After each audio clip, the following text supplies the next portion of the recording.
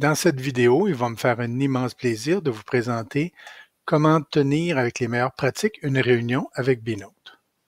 Lorsque vous ouvrez l'application Binote, vous arrivez dans Mon BSpace et vous avez automatiquement les réunions qui sont à venir les 7 prochains jours et vos tâches. La nouvelle réunion que j'ai à faire devrait avoir lieu à cette date-là. Voici le lien, si j'ai un lien que j'ai mis dedans, qui était un lien vers une réunion virtuelle. L'adresse physique lorsque la réunion a lieu en mode présentiel. Débutons la réunion. Première chose à faire, surtout comme leader et partenaire, le bouton d'information qui est disponible à tous les membres. On voit qui est le leader, qui sont les partenaires, les participants, dans quel dossier, mais surtout, l'information la plus intéressante, qui a consulté l'ordre du jour, plus qu'une fois ou pas. On calcule 2 fois. On ne va pas jusqu'au détail de quel document ils ont ouvert, mais on vous informe qui s'est préparé à la réunion. Débutons. On clique sur la réunion. Ce que ça affiche, c'est l'ordre du jour.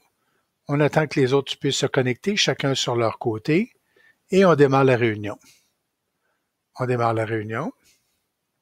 Automatiquement, le compteur se met. J'avais prévu 2 minutes pour le premier point. On voit qui est responsable du dossier. On peut y rentrer du détail. On peut écrire des notes supplémentaires pour compléter. On peut ajouter des notes sous. Donc, on peut dire une nouvelle note. Là, il y avait une discussion qui était faite. On échange là-dessus. On peut y mettre différentes autres informations. On peut attribuer aussi une tâche. Ce qui est intéressant avec les tâches, c'est à qui la tâche est assignée. On peut y insérer les gens qui vont suivre ou observer, la date de livraison de la tâche et son statut. Est-ce qu'elle est déjà commencée? Est-ce qu'elle est déjà en attente? Principalement, habituellement, c'est non commencé. Et on peut aussi déterminer celui qui produit la tâche, le niveau de priorité qu'il juge qu'il devrait avoir dedans. Ce niveau de priorité-là peut être changé par celui qui en sera responsable. Et on peut aussi y prendre des décisions et les documenter. Donc, on y met une description, on y met du détail, qui est le principal proposeur, qui est le second proposeur. Pour se promener d'un point à un autre, on peut directement, en cliquant ici, aller au point suivant ou aller directement au point qu'on désire joindre. Il va arriver à l'occasion que des gens vous disent « ben moi, je voudrais quitter plus tôt, c'est moi qui ai le dernier point ».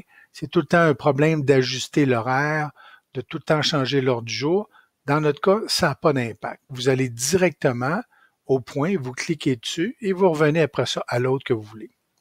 Comme vous voyez ici, j'ai déjà dépassé les 2 minutes que j'avais prévues.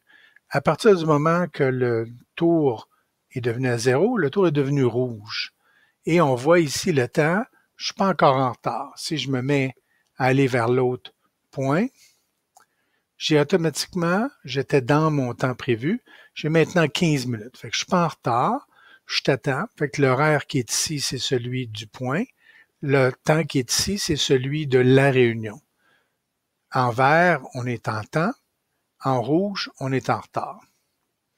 Donc, je peux cliquer ici pour passer au point numéro 3 et j'ai ma conclusion.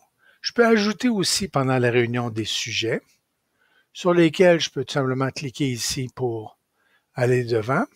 Dans le cas qui concerne le point que je viens d'ajouter, comme je n'y ai pas alloué de temps d'avance, il part à 0 et il va gruger du temps, mais on est en avance de 28 minutes dans le cas qui nous concerne.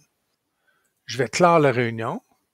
Ça, c'est la liste des gens qui ont été invités. Oscar n'a pas pu se joindre à nous. Il est en blanc, il ne s'est pas connecté. Ceux qui sont connectés sont en gris. Louis aussi s'est connecté, mais il était présent avec moi. Donc, il suffit simplement de faire enregistrer.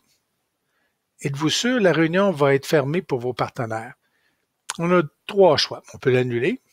On peut décider de clore et publier maintenant ou clore la réunion. Ce qui veut dire, si je la clore sans la publier, on va faire une autre étape dans une autre vidéo où on va expliquer comment publier une réunion, donc comment rendre disponible un compte-rendu. Je vais faire clore la réunion. Certains titres sont manquants, c'est très bien, je n'avais pas complété le tout. Et là, j'ai maintenant, dans les non publiés, ma réunion qui est à venir. Sur ce, je vous remercie beaucoup de nous avoir écoutés et je vous invite à aller sur notre site help.binode.io pour voir plus de vidéos et d'instructions sur comment avoir les meilleures pratiques pour vos réunions. Merci et bonne journée.